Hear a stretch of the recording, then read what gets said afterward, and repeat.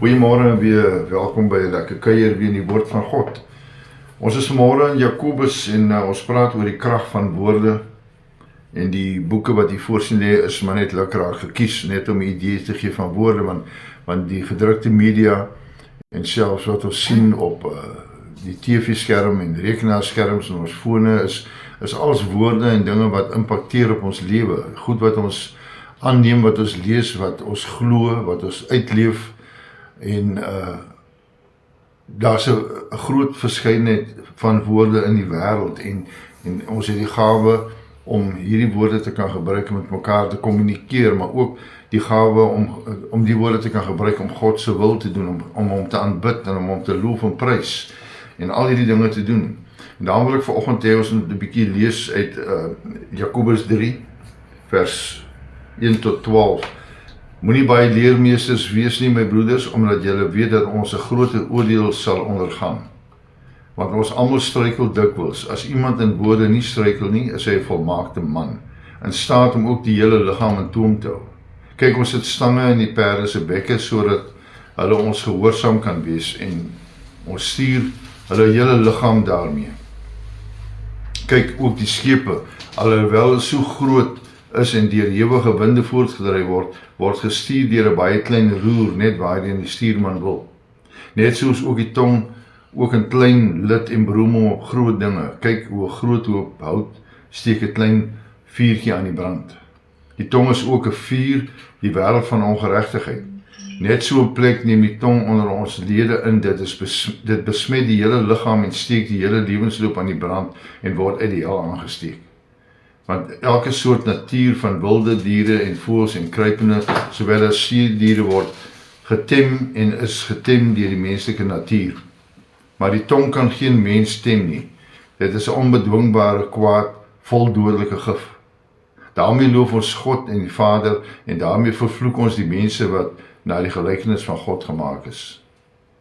Uit dieselfde mond kom seën en vervloeking. Dit, my broeders, behoort nie so te wees nie. 'n fontein laat tog nie uit dieselfde oog vars en bitter water opborrel nie.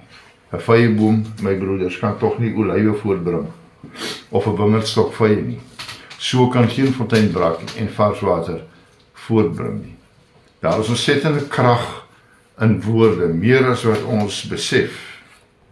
Daarom behoort ons meer woordbewus te wees en nie ligtelik daarmee om te gaan nie. Die woord van God is 'n tweesnydende swaard. Met ander woorde, dit vlek oop, dit ontbloot, dit verdoesel nie. En elke keer voordat iets gebeur het God gepraat. In Genesis 1 lees ons en God het gesê, laat daar lig wees, laat daar die water en die lug skei, laat daar diere wees, laat daar plante wees. En God het elke keer gespreek voordat hy iets gedoen het. Ons is ook so geprogrammeer. Het jy al agtergekom dat ons baie keer sê, ek gaan gou winkel toe, ek gaan gou 'n draai loop, ek gaan gou die gras sny, ek gaan gou wat ek ook al gaan doen, ek gee dit te kenne voor ek dit doen. Ons het 'n geneigtheid om dit te wil doen. Die geestelike wêreld word deur die woord van God beheer. Die natuurlike wêreld moet beheer word deur die mens wie God se woord verkondig. Die gesproke woord van God is skepende krag. Gebed byvoorbeeld, Here, my besigheid sukkel, ek weet nie of ek dit gaan maak nie. Here, die maand gaan my salaris dit nie maak nie. Ek sien nie uitkoms nie, ek weet nie of ek dit gaan maak nie, Here. Ek voel, ek glo dat ek genees kan word, maar ek ervaar nog die siekte. Dit lyk nie asof die siekte my gaan los nie. Dis alles dinge wat ons bid en praat en bely, en dit sal so wees, want ons bid die probleem en ons spreek geloof in die vyand se vermoë. Ons moet die oplossing bid en nie die probleem nie. Ons moet bid in geloof. Jakobus sê dit vir ons, dat ons moet, as ons bid, moet ons dit in geloof doen, anders is ons soos 'n golf maar hy moet in geloof bid sonder om te twyfel, want hy wat twyfel is soos 'n golf van die see wat deur die wind gedrywe en voortgesweep word. Want die mens moet nie dink dat hy iets van die Here sal ontvang nie. So wanneer ek gaan in gebed na die Here toe en ek gaan bid en ek sê, Here, ek het hierdie behoefte, ek het hierdie nood, dan moet ek glo dat God 'n waarmaker van sy woord is, dat God vir my dit sal laat gebeur. Want as ek twyfel, dan is ek nie standvastig nie. Ons moet bid in geloof. Gebed sonder geloof werk nie. Dit help nie, ek praat met die Here, maar ek glo nie in dit wat ek vra van die Here, of dit wat ek praat met die Here nie. Maar geloof sonder gebed wel. So ek kan glo, en ek hoef nie noodwendig te bid nie, maar as ek geloof het, dan is dit baie belangrik. Glo ongeag hoe dit lyk. Jy ontken nie die probleem nie, maar jy weier om dit te aanvaar. Baie keer bid ons en ons sien nie dat dinge verander nie, ons sien nie dat dinge gebeur nie, ons sien nie dat mense se lewens verander vir wie ons bid nie, en vra dat die Here hulle lewens moet aanraak nie. Ons sien dit nie gebeur nie. Maar ons moet weier om te aanvaar dat daai persoon, daai omstandighede, daai iets wat ons voorbid, maar so sal bly, dat dit nie sal verander nie. Ons moet glo, dit sal wel.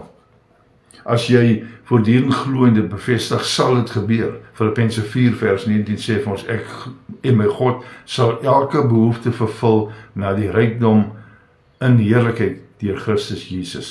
Jesus sê, alles wat ons in sy naam vra, sal ons verkry. Vrees nie deur wat jy sien nie. Bly gemotiveerd deur wat jy glo. Dit sal nie noodwendig oornag gebeur nie. 1 Petrus 1 vers 23 sê, wedergeboorte uit onverganklike saad deur die lewende woord van God. Romeine 8 vers 28 sê, vir hulle wat God lief het, werk alles ten goeie mee. Jy moet jou liggaam dissiplineer ten opsigte van die woord van God.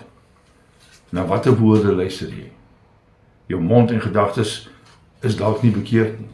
Jy praat dinge wat nie volgens God se woord is nie, wat nie in lyn is met hoe ons behoort te glo nie, wat nie in lyn is met my as kind van die Here nie, wat nie in lyn is met dit wat ek bely en dit wat ek getuig nie.